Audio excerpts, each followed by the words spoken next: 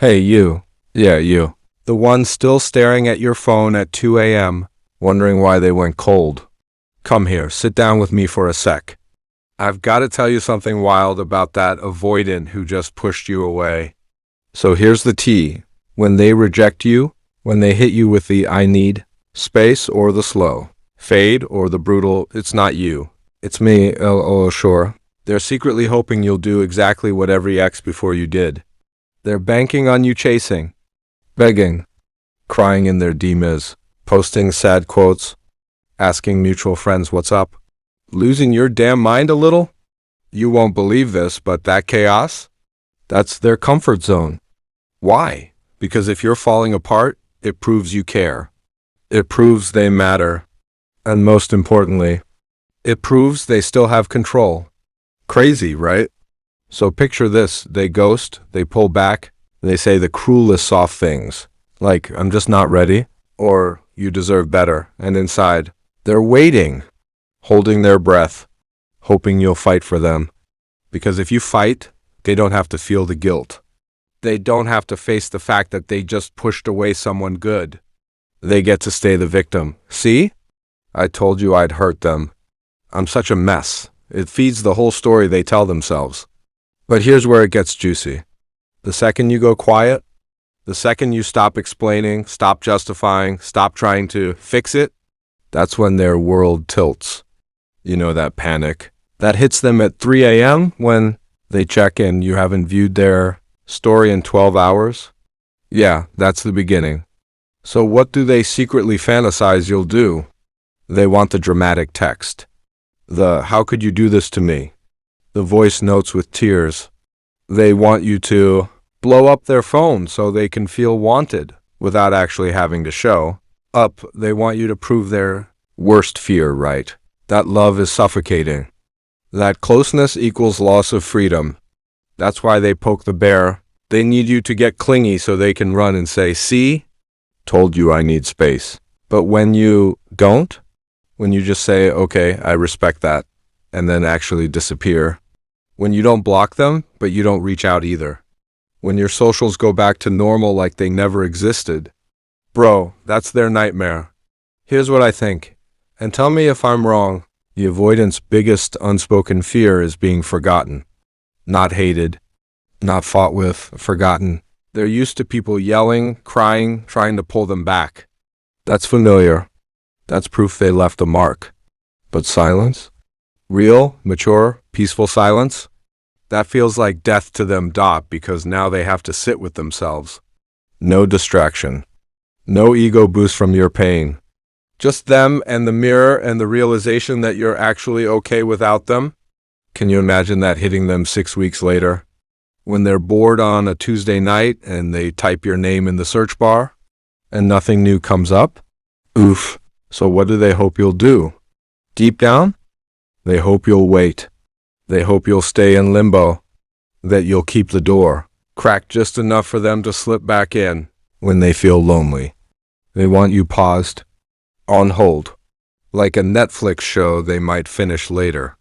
They want the I miss you text in 3 months that they can ignore for 4 days and then reply, miss you too, and watch you light up again. They want you to stay emotionally available while they figure their shit out, which, spoiler, they rarely do.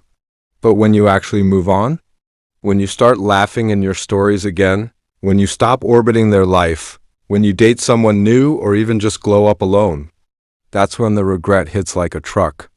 You know what the wildest part is? A lot of them will never admit it. They'll die before they say, I messed up, but you'll see it in the weirdest ways. The random, hey, how have you been? 6 months later. The liking your story from 3 years ago. The drunk text at 1 a.m. that just says, you up? That's them realizing the game only works if you keep playing. And you stopped. Well, damn. What do you even say to that? Nothing? That's the point. Your silence speaks louder than any paragraph you could have sent begging them to stay. So here's the real flex, my friend. The avoidant expects you to lose yourself trying to keep them. But the ultimate power move? Finding yourself while letting them go. Going to therapy.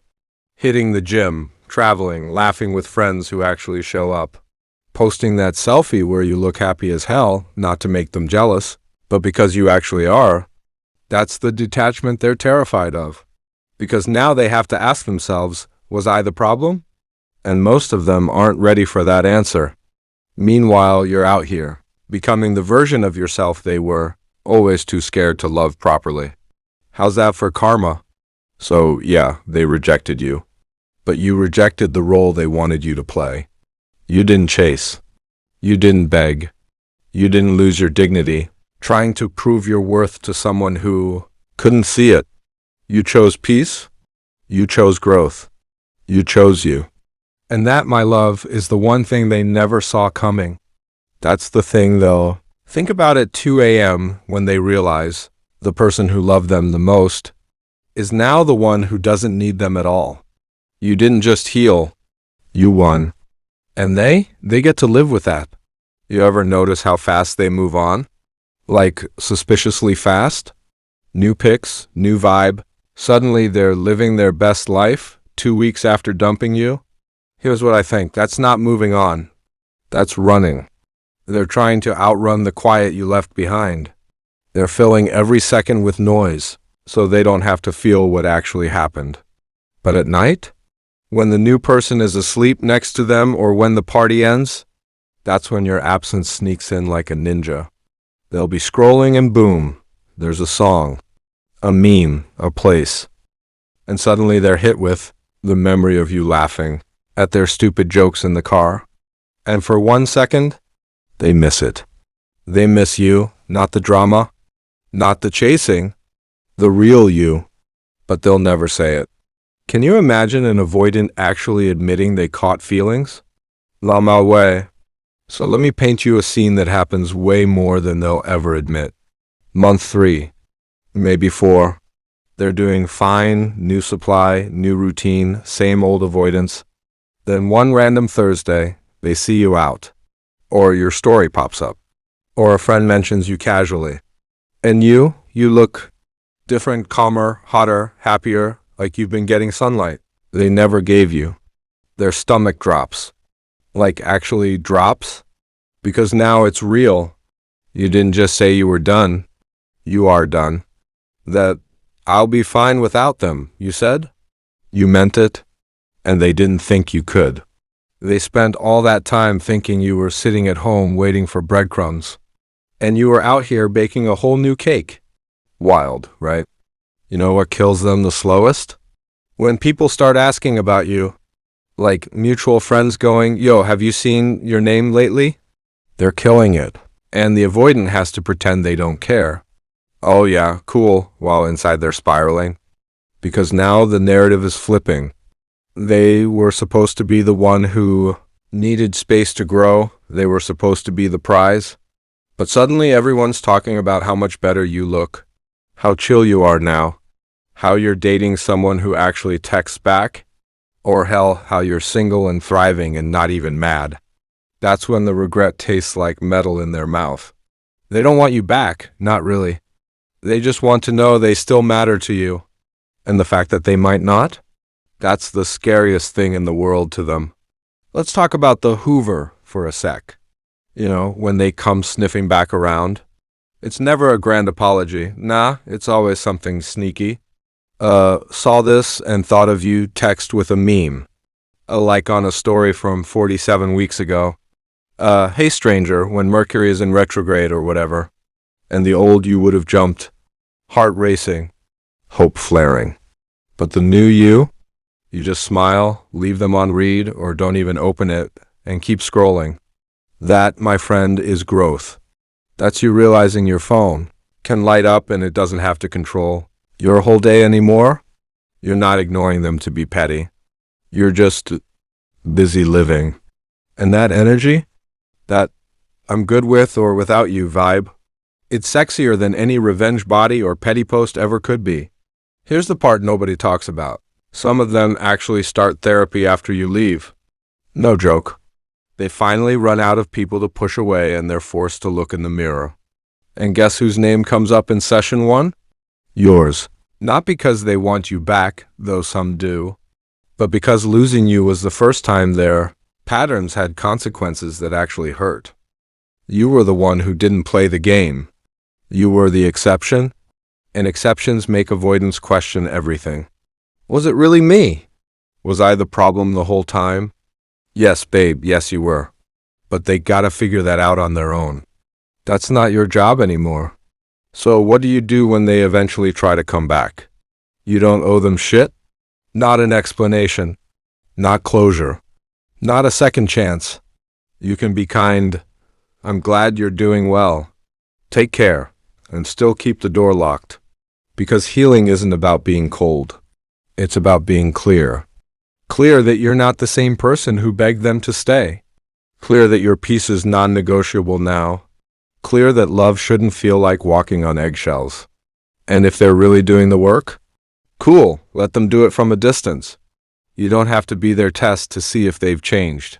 You already passed yours. Real talk, you're gonna have days where you miss them. That's normal. That's human. You're not failing when you remember the good times. You're just remembering that they were capable of being soft. Sometimes. But then you remember the rest. The hot and cold. The disappearing acts. The way they made you feel small for wanting basic consistency. And you realize missing them doesn't mean you want them back. It just means you have a heart. And yours is healing. You're allowed to love the memory of someone and still never let them touch you again. That's not bitter. That's wise. So here's the final thing, okay? Listen close. You didn't lose them. You lost the version of them that only existed when they were scared of losing you. The real them, the one who couldn't show up, you didn't want that anyway. You wanted consistency, safety, someone who chooses you even when it's hard. And one day, someone's gonna give you that without you having to beg. They're gonna text back. Call when they say they will. Plan dates. Ask how your day was and actually care. And you're gonna look back on this whole avoidant era and laugh. Not because it didn't hurt, but because it taught you exactly what you deserve. You leveled up, babe. They just stayed the same. Now go be the main character they never knew how to love right. I'm so freaking proud of you. For real.